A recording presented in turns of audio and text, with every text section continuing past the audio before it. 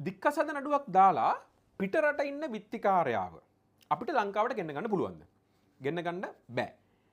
ඒක නිසා මගෙන් මේ ප්‍රශ්න කීප දෙනෙක් අහලා තිබ්බා පෞද්ගලිකව. මොකද තමන්ගේ සැමියා හරි බිරිඳ හරි ඉන්නේ විදේශගත වෙලා විදේශගත ලිපිණිය අපි දන්නවා.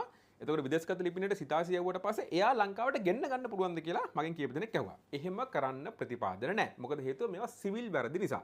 එතකොට අපිට පිටරට ඉන්න කෙනාට සිතාසිය බාර දීලා එහෙම සිතාසිය එයා බාරගත්ත කියලා ඒ වාර්තාව ලංකාවේ උසාවියට ආවට පස්සේ ලංකාවේ උසාවියෙන් කරන වැඩේ තමයි ඒ පුද්ගලයා නිවැරදි දවසේ උසාවියේ පෙනී ඉන්නේ නැත්නම් පැමිණිල්ලේ වාසියට පැමිණිල්ල තීන්දුව කරනවා. ඉතින් අපි ඒක තමයි කියන්නේ සරලව ඒකපාර්ශ්වික නඩු තීන්දුවක් අපිට ලබා ගන්න පුළුවන් කියලා. එතකොට එහෙම කරනවා හැර පිටරට ඉන්න කෙනාව සිවිල් නඩුවකදී ලංකාවට ගෙන්න ගන්න විදිහක් ක්‍රමවේදයක් නැහැ. මොකද ගොඩක් කට්ටිය මේක අහන්නේ අර අපි අහලා තියෙනවානේ ජාත්‍යන්තර රතු නිවේදන නිකුත් කරනවා කියලා. ඒ කියන්නේ වරෙන්තු නිකුත් කරගන්නවා කියලා. ඒ වගේ ක්‍රමවේද මේ දික්කසාද නඩුවල